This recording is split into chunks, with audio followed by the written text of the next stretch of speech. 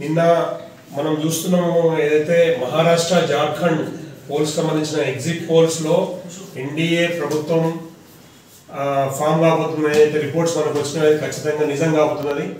అంతకు ముందు రోజు వరకు కూడా కాంగ్రెస్ పాలించిన రాష్ట్రాల్లో ఏ విధంగా అయితే అభూత కల్పనలతోటి అబద్ధపు ప్రచారాలతోటి అబద్ధపు ప్రామిస్లతోటి కర్ణాటక కావచ్చు హిమాచల్ ప్రదేశ్ కావచ్చు మనం ఎటువైతే కొన్ని ఇప్పుడు ఇక్కడ తెలంగాణ కూడా చూస్తున్నాం. కాంగ్రెస్ ప్రభుత్వం ఏదైతే ప్రామిసెస్ చేసిందో గ్యారంటీల పేరుతోటి మొత్తం కూడా అవన్నీ ఫెయిల్ అయినాయి. అందుకు నిదర్శనంగానే మహారాష్ట్రలో ఎన్డీఏని గెలిపేయడానికి పూర్తి మెజారిటీతో గెలిపేయడానికి ప్రజలు పూనుకోవడానికి మనకు నిన్న వచ్చిన ఏదైతే ఈ ఎగ్జిట్ పోల్ ఫలితాలను అవే చెప్తున్నాయి. కానీ ఒక విషయం ఏం చెప్పదలుచుకున్నామంటే రేవంత్ రెడ్డి గారు మొన్న వరంగల్లో ఏదైతే సభ పెట్టి నరేంద్ర మోదీ గారి మీద కిషన్ రెడ్డి గారి మీద బీజేపీ ప్రభుత్వం మీద అవాకులు చవాకులు అన్ని అబద్ధాలు ఎట్లయితే మాట్లాడిండో వాటికి మా నాయకులందరూ కూడా మూతోడు జవాబు చెప్తూనే ఉన్నారు. అందులో భాగంగానే ఇవాళ కూడా కొన్ని విషయాలు మళ్ళీ గుర్తు చేయదలుచుకున్నాం. మొట్టమొదటి అంశం ఏంటంటే 6 గ్యారంటీల్లో ఒక్క గ్యారంటీ కూడా పూర్తి కాలేదు. రేవంత్ రెడ్డి గారు మీరు నరేంద్ర మోదీ గారి విషయం చాలా దూరం, మీరు ఇక్కడ అసలు బౌండరీ బయట ఎక్కడో ఉండి మీరు చప్పట్లు కొట్టడానికి కూడా పనికిరాని అంశం. ఎందుకంటే నరేంద్ర మోదీ గారి హయాంలో గత 10 సంవత్సరాల్లో నిజమైన అభివృద్ధి జరిగింది. గత 70 సంవత్సరాల్లో కాంగ్రెస్ ప్రభుత్వం ఉన్న ఏ రాష్ట్రంలో కూడా అవినీతి కానీ పేదరికం కానీ నిర్మూలన కాలే. కానీ మోదీ గారు వచ్చిన తర్వాత దేశవ్యాప్తంగా దాదాపు 22 కోట్ల మంది ఈ పేదరికం లైన్ నుంచి కింద నుంచి మళ్ళీ ఆదాయం ఉన్న వర్గాల్లోకి వచ్చిండ్రు. 22 కోట్ల మందిని పేదరికం నుంచి బయటపడేసిండు మోదీ గారు. కాంగ్రెస్ ప్రభుత్వం 70 సంవత్సరాలలో పేదలను పేదలుగా ధనికులను ధనికులుగా డెవలప్ చేసుకుంటా వచ్చారు. మీకు అందరికీ తెలిసిన విషయమే. తెలుగుదేశం పార్టీలో ఉన్నప్పుడు ఒక విషయం మాట్లాడారు రేవంత్ రెడ్డి గారు, మీరు కాంగ్రెస్ లో పోయిన తర్వాత మీ బాణీ మారిపోయింది. తెలుగుదేశంలో ఉన్నప్పుడు ఇదే సోనియా గాంధీని ఇదే రాహుల్ గాంధీని ఇదే కాంగ్రెస్ ను ఇష్టం వచ్చినట్టు వ్యతిరేకించి మాట్లాడింది. మీరు కాంగ్రెస్ లో పోయిన తర్వాత వాళ్ళు సడన్ గా దేవుళ్ళు అయినరు. నరేంద్ర మోదీ కానీ ఎన్డీ అలయన్స్ ఉన్న అన్ని పార్టీలు నాయకులందరూ కూడా మీకు వ్యతిరేకులుగా ఎట్లా మారినో మీరు చెప్పాలి. 6 గ్యారంటీలు ఫెయిల్ అయినాయి. ఇవాళ మీరు కులగణన పేరుతోటి ఏదైతే ప్రజలను విడదీసి పాలించాలనే నెపంతో దేశవ్యాప్తంగా కాంగ్రెస్ కుట్ర పన్నిందో ఆ కుట్రను తిప్పికొట్టడానికి నిదర్శనమే మహారాష్ట్ర జార్ఖండ్ రిజల్ట్స్ అని చెప్తున్నాం. రేపు రిజల్ట్స్ రాబోతున్నాయి. రిజల్ట్స్ రాగానే మహారాష్ట్రలో పూర్తి మెజార్టీ తోటి ఎన్డీఏ ప్రభుత్వం వస్తుంది. కేవలం మహారాష్ట్ర ఎకానమీకి సంబంధించి $1 ట్రిలియన్ ఎకానమీని మన నరేంద్ర మోదీ గారి ప్రభుత్వం ప్రణాళిక సిద్ధంగా ఉన్నది. అంటే దాదాపు 8 లక్షల కోట్ల సంబంధించిన అభివృద్ధి మహారాష్ట్రలో చేయడానికి ప్రణాళిక సిద్ధంగా ఉంది. కాంగ్రెస్ ప్రభుత్వంలో చెప్పుకోవడానికి ఒకటైనా అభివృద్ధి పథకం ఉన్నదా? 22 కోట్ల మందిని మోదీ గారు పేదరికం నుంచి బయటపడేసిన నేను చెప్తున్నా, మా పార్టీ చెప్తుంది, మా దగ్గర లెక్కలు ఉన్నాయి, ప్రభుత్వం లెక్కలు ఉన్నాయి. మీ దగ్గర ఉన్న లెక్కలు 10 మందిని మీరు పేదరికం నుంచి బయటపడేసిన దాఖలాలు ఏమైనా ఉన్నాయా? ఎందుకు మీరు మోదీ వ్యతిరేకంగా మాట్లాడుతున్నారు? కిషన్ రెడ్డిని గారు పట్టుకొని మీరేమన్నారో తెలంగాణ వ్యతిరేకాన్ని మాట్లాడారు.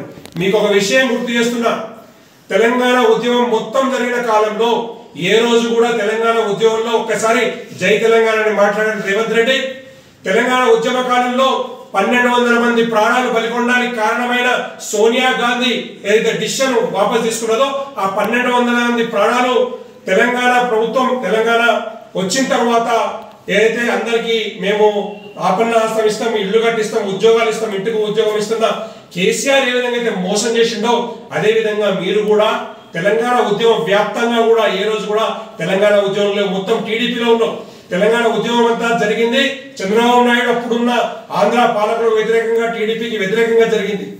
మీరు మాత్రం అప్పుడు టీడీపీలో ఉన్నారు.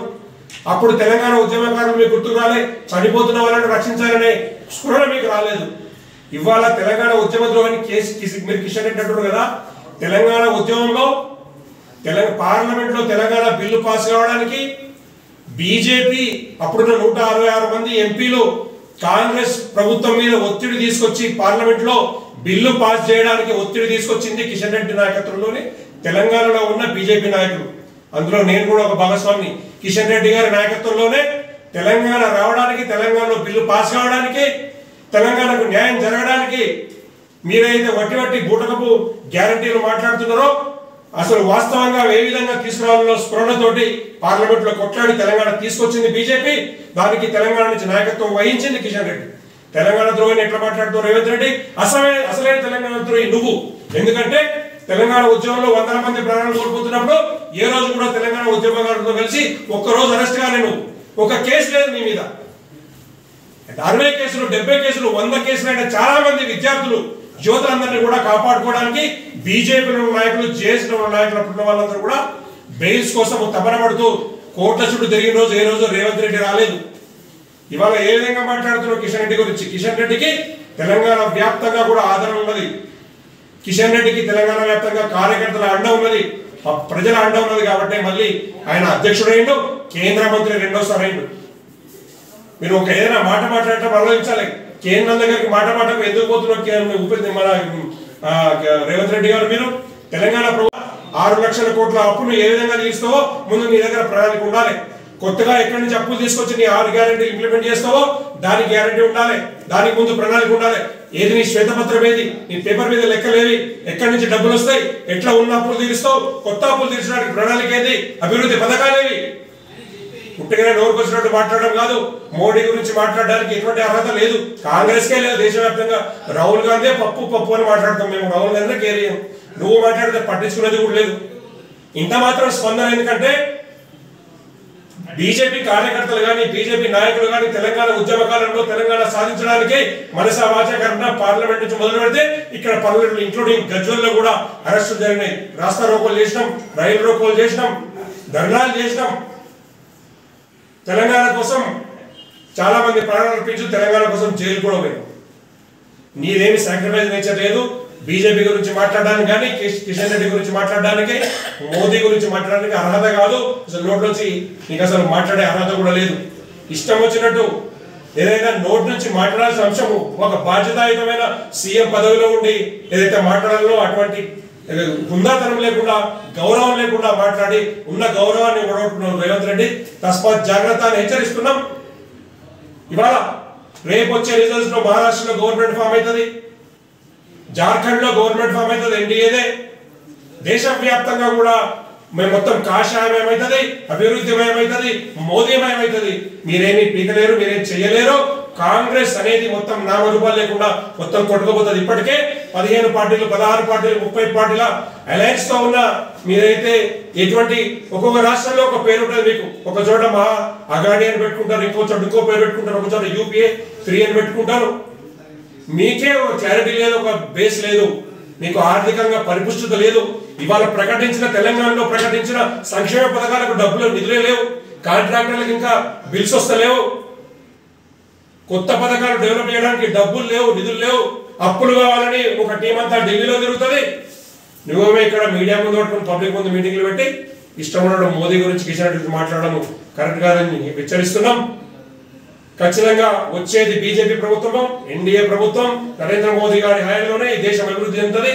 కిషన్ రెడ్డి గారి నాయకత్వంలో ఇక్కడ ఈ నీరు చేస్తున్న ఏదైతే అవకతవకలు అవినీతి అక్రమాలు ఉన్నాయో కాంగ్రెస్ ప్రభుత్వం వైఫల్యాల మీద కూడా మేము పెద్ద ఎత్తున నిరసన కార్యక్రమాలు చేపడుతున్నాం.